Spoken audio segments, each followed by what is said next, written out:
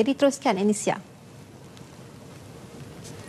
Baik, terima kasih Miza di Angkasa Puri. Assalamualaikum dan salam satu Malaysia.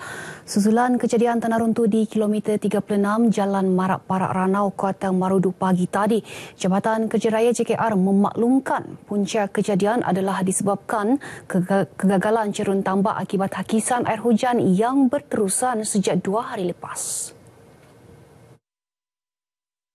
Jurutera Daerah JKR Jonathan Gisong menjelaskan pihaknya telah memasang papan tanda amaran di lokasi kejadian. Beliau yang dihubungi RTM menasihatkan agar kenderaan berat tidak melalui jalan berkenaan, bagaimanapun kenderaan kecil masih boleh melalui jalan tersebut untuk perjalanan sehala. Menurutnya, pihak JKR akan memantau keadaan dari semasa ke semasa untuk mengenal pasti tahap keselamatan jalan raya berkenaan.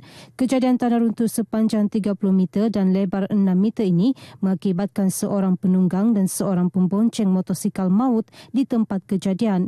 Mangsa yang maut dikenal pasti sebagai Jaimin Bien, 46 tahun dan Edmond James, 22 tahun.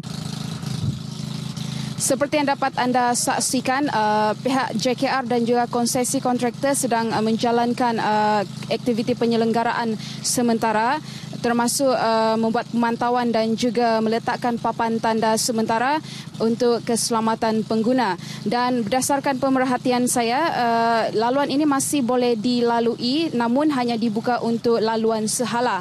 Sehubungan itu, orang ramai yang menggunakan laluan ini dinasihatkan agar berhati-hati bagi mengelakkan kejadian tidak diingini berlaku. Laporan Rita Alusius Malik untuk Berita RTM. Sementara itu, Timbalan Menteri Kerja Raya Datuk Haji Rosnah Haji Abdul Rashid Shirlin meminta agar Jabatan Kerja Raya JKR Sabah segera mengemukakan laporan berhubung kejadian tanah runtuh berkenaan. Datuk Rosnah yang ditemui RTM di Papar menggesa pihak JKR agar menyerahkan laporan kejadian berkenaan kepada kerajaan negeri untuk diajukan kepada Kementerian Kerja Raya. Tindakan susulan kita akan lakukan secara segera demi untuk memastikan keselamatan pengguna jalan raya tidak terjejas.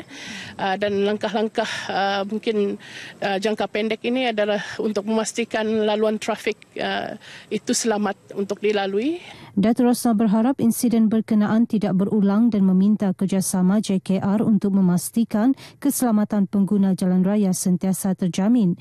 Terdahulu beliau melakukan lawatan kerja ke Sekolah Kebangsaan Tempasak Papar bagi meninjau keadaan jalan becak yang menyebabkan kesukaran kepada warga sekolah berkenaan. Sebagai alternatif awal, beliau mengarahkan agar jalan terbabit ditimbus dengan batu untuk kemudahan sementara bagi warga sekolah.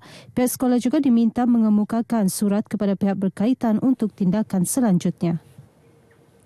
Ibu bapa perlu sentiasa memantau pergerakan dan aktiviti anak-anak mereka ketika berada di luar rumah.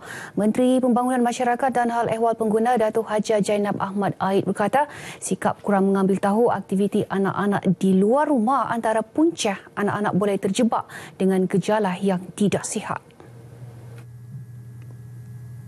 Datuk Haji Jainab menegaskan, pemantauan terhadap aktiviti anak-anak secara tidak langsung dapat membantu mereka membesar menjadi insan yang berakhlak mulia dan berperibadi cemerlang. Bagi saya lah kan, mamak bapa komuniti harus bekerjasama dan cara ini dan yang inilah satu juga cara untuk kita melibatkan diri kepada masjid, kuat agama. Datuk Jainab menyatakan demikian kepada media selepas merasmikan Majlis Tilawah Al-Quran peringkat Bandaraya Kota Kinabalu di Masjid Bandaraya Kota Kinabalu. Dalam pertandingan ini, Junadi alias Adi Misdaranai dan Cik Nur Syakilah Abdul Malil masing-masing dinobatkan sebagai Johan Kari dan Koriah peringkat Bandaraya Kota Kinabalu. Mereka masing-masing membawa pulang hadiah wang tunai RM300 dan sijil.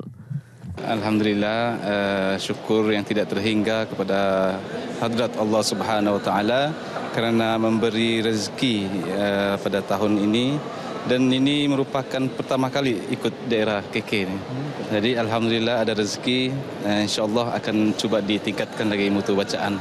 Alhamdulillah, pertandingan berjalan dengan baik dan peserta-peserta pun semuanya meletup-letup, semua pandai taranum dan memang layak untuk menghadiri majlis inilah. Pertandingan tilawah Al-Quran peringkat Bandaraya ini disertai 16 peserta sekitar Kota Kinabalu.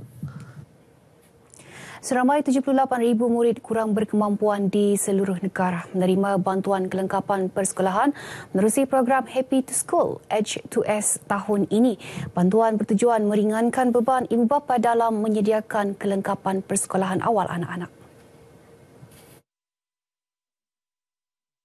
Setiausaha Agung Kelab Putra 1 Malaysia KP1M Datuk Muhammad Yadzan Muhammad berkata bantuan berbentuk pakaian seragam, kasut dan beg sekolah itu disalurkan melalui Biro Keahlian dan Daftar Pemilih KDP UMNO Malaysia dengan kerjasama KP1M. Dan kita tahu Kelab Putra yang telah ditubuhkan hampir 10 tahun sinonim ya dengan misi-misi kemanusiaan.